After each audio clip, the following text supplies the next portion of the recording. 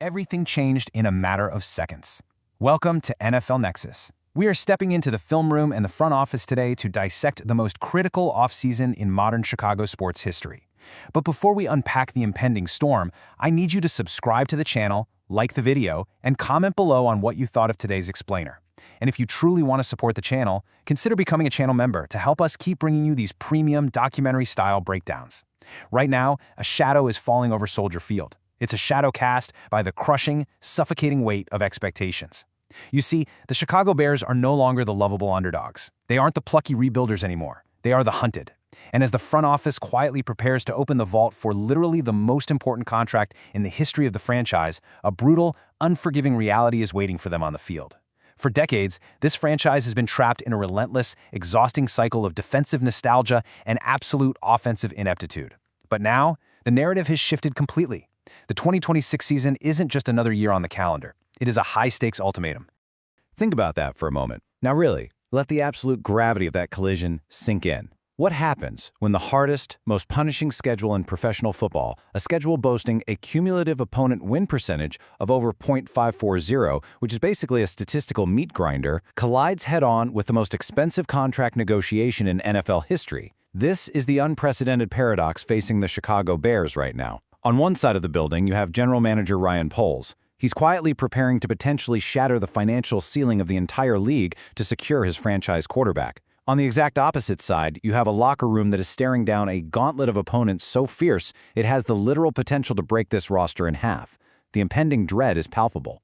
If they survive this, they are legends. They cement their legacy. But if they falter, the entire foundation they have spent the last 3 years meticulously, painstakingly building could crumble overnight. Section 1. Opening against the champions. Okay, let's dive into this. Right now, behind closed doors on Park Avenue in New York, the NFL schedule makers are finalizing the 2026 slate. And here is the harsh truth about life in the NFL.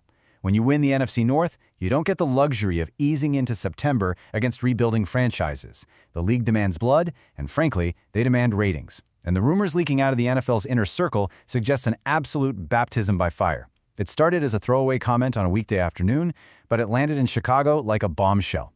During an appearance on the Pat McAfee Show, ESPN insider Adam Schefter dropped a piece of information that sent absolute shockwaves through the Windy City.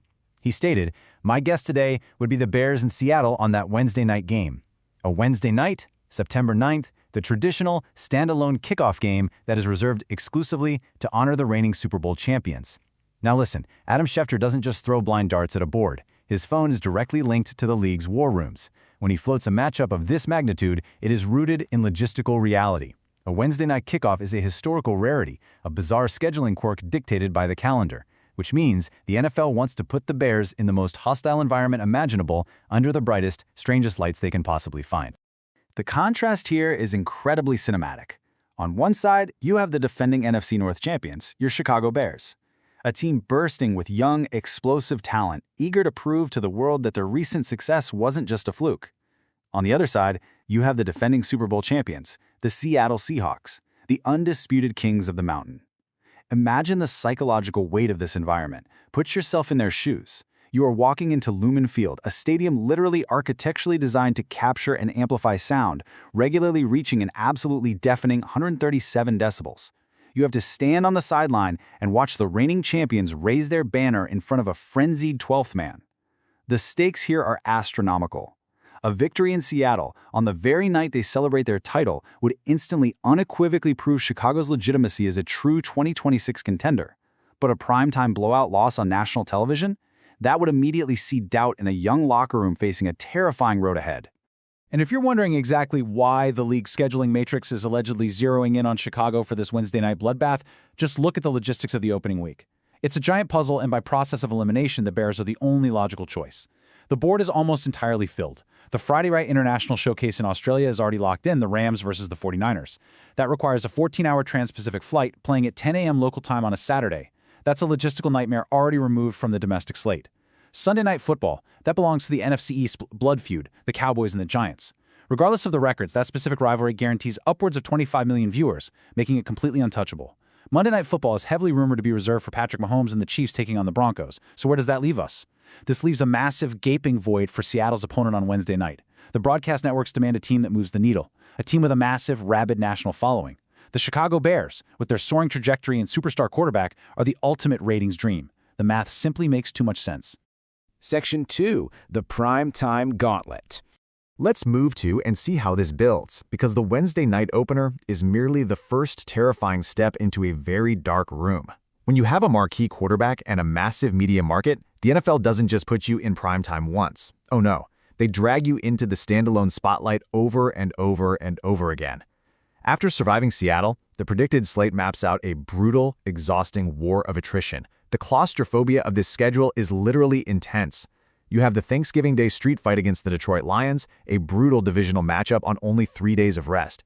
Then, the ancient rivalry renewed against the Green Bay Packers on Sunday Night Football.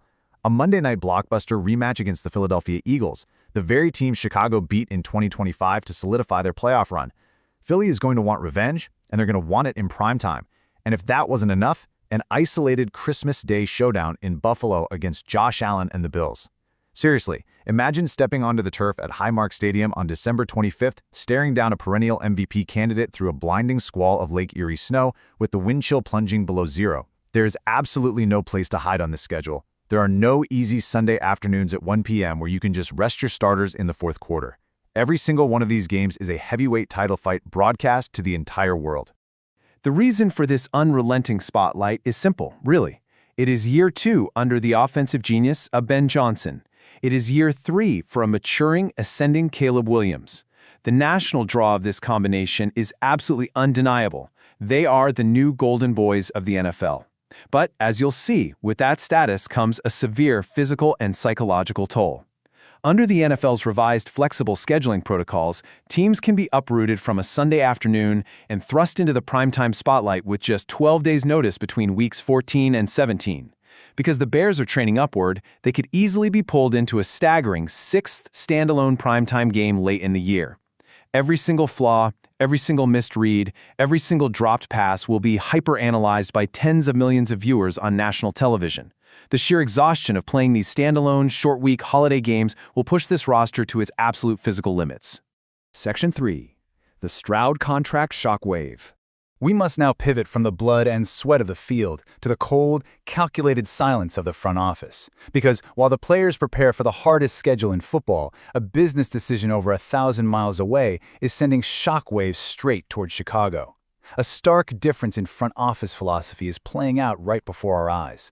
Down in Houston, the Texans just handed a staggering $150 million extension to defensive end Will Anderson Jr., with a massive chunk of that fully guaranteed at signing. But when it came to their quarterback, C.J. Stroud, who won Offensive Rookie of the Year in 2023, they paused. After a regression in his sophomore and junior campaigns, Houston picked up his fifth-year option and adopted a strict wait-and-see approach. They blinked. Contrast that with Chicago. General Manager Ryan Poles has publicly stated he is waiting for the green light to extend Caleb Williams after a phenomenal 2025. Poles is eager. He wants to lock his guy down for sure. But Houston's hesitation has just thrown a massive wrench into Chicago's exact timeline. Because here are the hyper-specific financial hurdles that Ryan Poles must navigate. It's like a giant puzzle with pieces that keep changing shape. Caleb Williams becomes eligible for his massive extension next offseason. At the exact same time, superstar receiver Rome Odunze will soon be commanding a hefty, top-tier contract of his own. If we look at the current wide receiver market, with players like Justin Jefferson establishing the $35 million a year benchmark, the math gets incredibly tight. The salary cap is finite. Securing a top-tier quarterback and a top-tier receiver simultaneously requires near-impossible cap gymnastics. But the real, immediate danger is C.J. Stroud. If Houston's wait-and-see approach lights a fire under Stroud and he has a massive MVP-caliber bounce-back year in 2026, Houston will rush to sign him to a market-resetting mega deal. And if Stroud resets the market just weeks before Chicago sits down with Caleb Williams, the asking price for the Bears won't just go up, it will skyrocket. It is technically a good problem to have, an elite quarterback, right? But it's still a massive franchise-altering mathematical problem. Section 4. The Quarterback Market Reset. And this brilliantly illustrates exactly what we're talking about. We need to elevate the stakes here, because this isn't just about winning football games on Sundays anymore. This is about a looming financial reset of historic, earth-shattering proportions. The quarterback market does not move incrementally. It explodes. $60 million. That is the current mountaintop. That is Dak Prescott's market top and contract per year. That is the number that Caleb Williams' representation will print on the very first page of their negotiation binder. That is the ceiling they will not just aim to reach, but aim to violently shatter. Against a projected 2026 salary cap of roughly $280 million, committing $60 million to one man means allocating over 21% of your entire financial arsenal to a single roster spot. We are talking about committing $250 million to a single player over the life of a contract. But here is the devastating juxtaposition. You have this historic asking price, the glittering lights of a $60 million-plus contract negotiation, colliding violently with the cold, hard, merciless reality that Chicago faces the most difficult path in the entire league this year. How do you accurately evaluate a 21% salary cap hit when the quarterback is getting battered by the reigning Super Bowl champions? When he's playing in sub-zero temperatures in Buffalo on Christmas Day? When he is forced to outduel MVP candidates on national television 6 times a year behind an offensive line facing the fiercest pass-rushing schedule in football? The margin for error is absolutely zero. You literally cannot make a mistake here. Which brings us to this chilling statistical reality. 4. According to CBS Sports' John Breach, 4 is the average number of wins a team regresses when they go from a standard schedule to facing the hardest first-place schedule in the NFL. Let that sink in. When you leap from a third-place schedule to a first-place schedule, you don't just face better quarterbacks. You face rested teams, specialized schemes, and relentless primetime pressure. Teams like the Philadelphia Eagles recently felt this exact whiplash, going from an NFC championship run to a sudden, devastating collapse the following year, when the strength of schedule spiked. History dictates that the sheer brutality of playing the best teams, week in and week out, strips an average of 4 wins away from a franchise. If you apply that statistical reality to the Chicago Bears, the dissonance is terrible.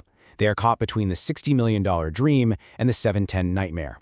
If Chicago drops 4 wins due to the sheer violence of their schedule, they fall to a 7-10 record. In the hyper-competitive NFC North ecosystem, 7-10 likely means finishing dead last. And if the team finishes in last place, it forces a massive, undeniable statistical regression for their star quarterback, the very same quarterback who is supposed to be signing the richest contract in the history of the sport. You simply cannot hand the absolute keys to the kingdom to a quarterback who just finished mathematically at the bottom of his own division, no matter how hard the schedule was. It just doesn't work that way. So, the crucial point is, a 7-10 collapse wouldn't just delay a contract. It could force Chicago to pause negotiations completely. It could force Ryan Poles to adopt the very same wait-and-see approach that Houston took. And if that trust is broken, if the timeline is fractured, the Bears risk returning to the quarterback wilderness. Mitchell Trubisky, Justin Fields, Jay Cutler, Rex Grossman. That dark, lonely purgatory this franchise has endured since the days of Sid Luckman. Decades of drafting, hoping, and failing. They are so incredibly close to the promised land, but one brutal schedule could send them right back into the dark. The 2026 season is no longer just a campaign for a Lombardi trophy.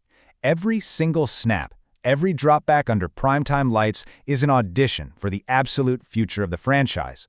The pressure is incalculable. Will Caleb Williams rise above the chaos and secure the most expensive contract in history? Or will the NFL's deadliest, most unrelenting schedule cost him and the city of Chicago absolutely everything? This story is far from over. Thank you for watching NFL Nexus. If you appreciated this deep dive, make sure to subscribe to the channel, leave a like, and tell us down in the comments if you think the Bears can survive this gauntlet. And please consider becoming a channel member to support us and keep these explainer videos coming. We'll see you in the film room next time.